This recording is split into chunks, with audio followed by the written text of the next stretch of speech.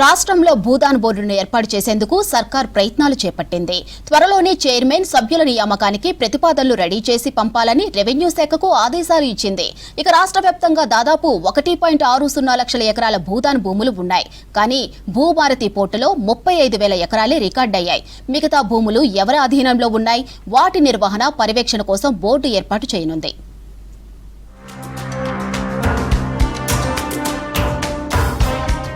BRS సర్కార్ రద్దు చేసిన భూదాన్ యజ్ఞ బోర్డును తిరిగి ఏర్పాటు చేయాలని నిర్ణయించింది రాష్ట్ర సర్కార్.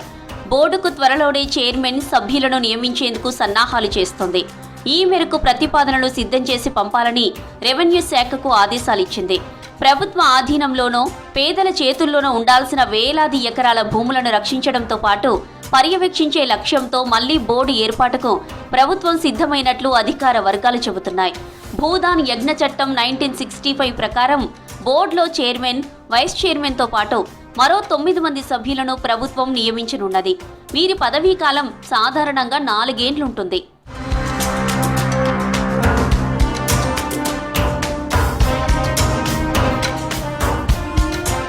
ఇటీవల భూదాన్ భూముల అక్రమాలు ఒక్కొక్కటిగా వెలుగు చూశాయి.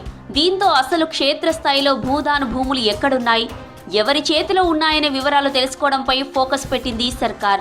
అన్యక్రాంతమైన భూములను తిరిగి వెనక్కి తీసుకోవాలని ప్రభుత్వం భావిస్తోంది. ఈ క్రమంలోనే భూదాన్ యజ్ఞ బోర్డు ఏర్పాటుకు రంగం సిద్ధమవుతోంది. భూదానోద్యమంతో తెలంగాణలో 1,60,000 ఎకరాల భూమి సేకరించినట్లు అధికారిక లెక్కలు చెబుతున్నాయి. కానీ ప్రస్తుతం భూభారతి పోర్టల్లో కేవలం 35,000 ఎకరాల రికార్డులే ఉన్నాయి. చాలా భూములు వివిధ కారణాలతో పేదలకు చెందలేదు.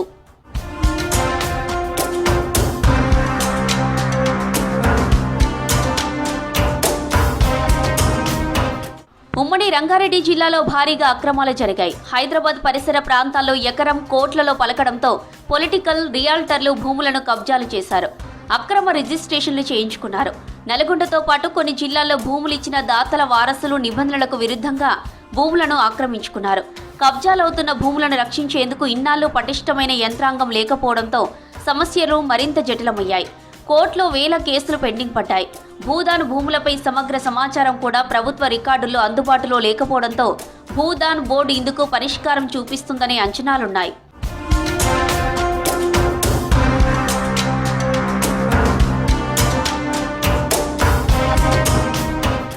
భూభారతి పోర్టల్లో నమోదు కాని 1,35,000 భూదాన్ భూములపై ఇప్పటికీ స్పష్టత లేదు. ఈ క్రమంలోనే భూదాన్ భూముల నిర్వహణ, పర్యవేక్షణ, వివాదాల పరిష్కారానికి ఒక ప్రత్యేక వ్యవస్థ అవసరమని ప్రభుత్వం భావించింది.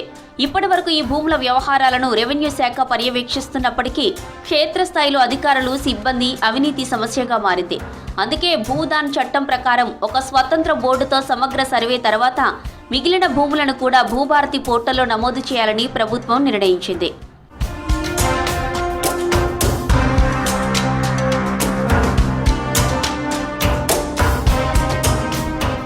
భూదాన్ యజ్ఞ బోర్డుకు కీలక అధికారాలు ఇచ్చే ఆలోచనలో ఉంది సర్కార్. ల్యాండ్స్ సమగ్ర డిజిటల్ సర్వే, పోర్టల్లో నమోదుతో పాటు అక్రమ రిజిస్ట్రేషన్లు, కబ్జాలపై చట్టపరంగా చర్యలు తీసుకోవడంపై పవర్ ఇచ్చే అవకాశం ఉంది. పెండింగ్లో ఉన్న కోర్టు కేసులను పరిష్కరించడం, ఇప్పటికే అన్యాక్రాంతమైన భూములను విడిపించి పేదలకు పంపిణీ చేయడం, కొత్తగా ఎలాంటి భూముల అన్యాక్రాంతం కాకుండా రక్షణ కల్పించడం లాంటి విధులను భూదాన్ బోర్డుకు కట్టబెట్టనున్నట్టు తెలిసింది. అర్బన్ ప్రాంతాల్లో వ్యవసాయానికి అనుకూలంగా లేని భూదాన్ భూములను వ్యవసాయేతర అవసరాలకు ఉపయోగించుకునే వీలు కల్పించేలా చట్టంలో సవరణలు చేశారు. దీని ద్వారా పేదలకు ఇండ్ల స్థలాల కేటాయింపునకు లైన్ క్లియర్ అయింది.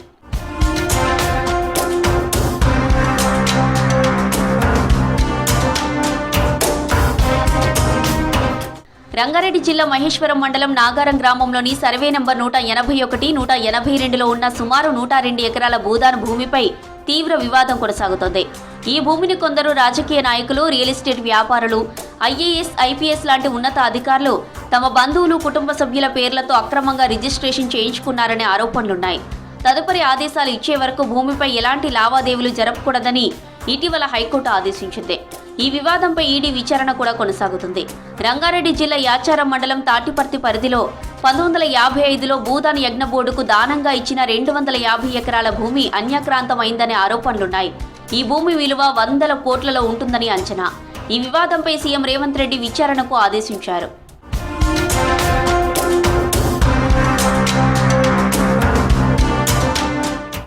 రంగారెడ్డి జిల్లా ఇబ్రహీంపట్నం మండలంలోని వేలాది ఎకరాల భూదారు భూములను రియల్ ఎస్టేట్ వ్యాపారులు తక్కువ ధరకు కొనుగోలు చేశారనే ఆరోపణలున్నాయి.